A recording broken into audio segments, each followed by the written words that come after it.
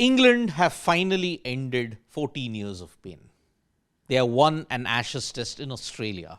After 5-0, 4-0, 4-0 and 3-0, you're staring at yet another whitewash. But England luckily avoided that. But the pitch. 36 wickets falling in 6 sessions. That means 6 wickets per session. And the test match has ended in 2 days. What do you look at this now? Because across social media, there is very few who are justifying this. But many are absolutely angry that the standard of test cricket has gotten diluted. Leading the pack is Kevin Pietersen, the former England captain and batter. He is absolutely livid with the way how test cricket has been treated. And he said, utter shambles and complete disrespect to the greatest form of the game. Are we normalizing 2-day tests now? Because understand, if it had happened in India, we would have all been going like, yes, India has destroyed the very nature of test cricket.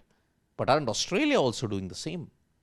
Perth and Melbourne. Of course, with Perth, you can get away with the fact that, yes, Australia's batters batted better than England. But here, the rot is far more because not a single 50 was hit in the entire test match. So, it is the pitch that has ensured that test cricket has been reduced to a farce in Melbourne. And two things can be true today. 10 millimeters of grass on the MCG pitch was a surprise compared to 7 millimeter last year. It's doing plenty. But at the same time, defensive techniques can be tighter. Prime example here. There is an argument, right? In seeming conditions, why can't you defend better? That perhaps the previous generation of stars could have done it. Not this current young lot. They can't. Because they have been brought up on an appetite of white ball cricket so much, they have brought up on an appetite of T20 cricket so much. Test defensive techniques and patience cannot remain at this point in time. Obviously, if Matt Page, remember, is the curator of the Melbourne Cricket Ground, had his time again, he'd probably take an extra 2-3 millimeters of grass off for this pitch. But it's important to remember that the MCG was arguably the worst pitch in world cricket before he took over in 17-18. Has done a great job overall. Sure, you have to remember that in 17-18, Melbourne had gotten a poor rating, and one more poor rating would have meant that they would be unsuited to host test matches. Imagine that was the situation we are looking at. But with Matt Page, you saw pitches were starting to become truly like batter and bowler friendly. 2018-19, 2019-20, you saw even in the Ashes contests of 21.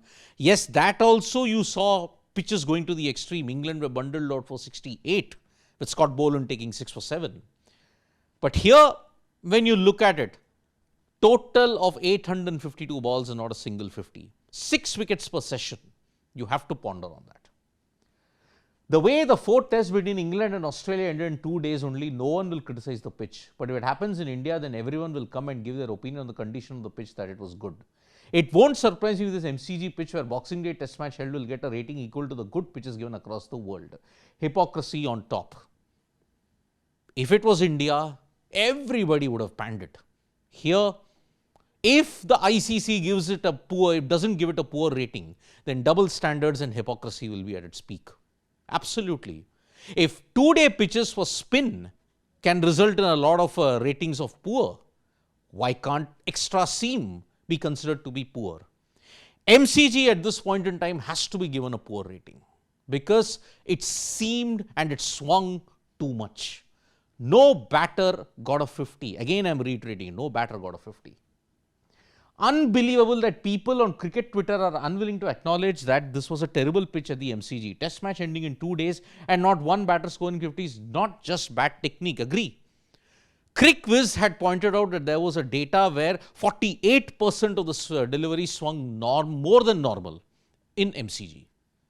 When there is too much swing and seam and when there is too much spin, a pitch has to be given a poor rating. Sack the MCG curator. One user has gone to the other extreme. Sack the MCG curator. Put a heavy fine on Australian Cricket Board. Absolutely disgusting to see the test cricket being played on surfaces like this. If you can't produce a pitch for 5 days, you are inept at your job.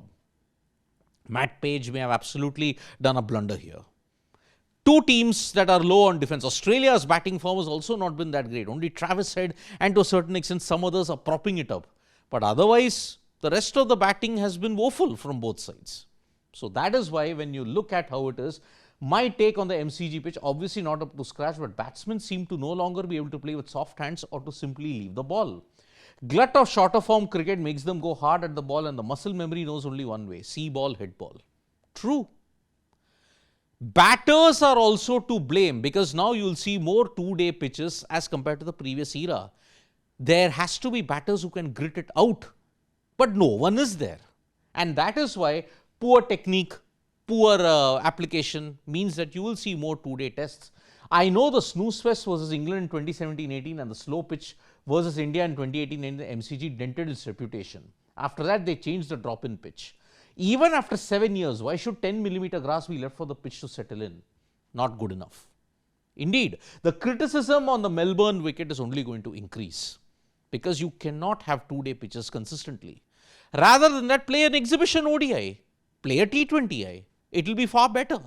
Batters will at least get tested on these wickets rather than shirt fronts presented every single time. How do you keep the balance? That's what every nation has to understand at this point in time. Thank you so much, folks, for joining us for this video. Subscribe to Sports Today for all the latest news and analysis.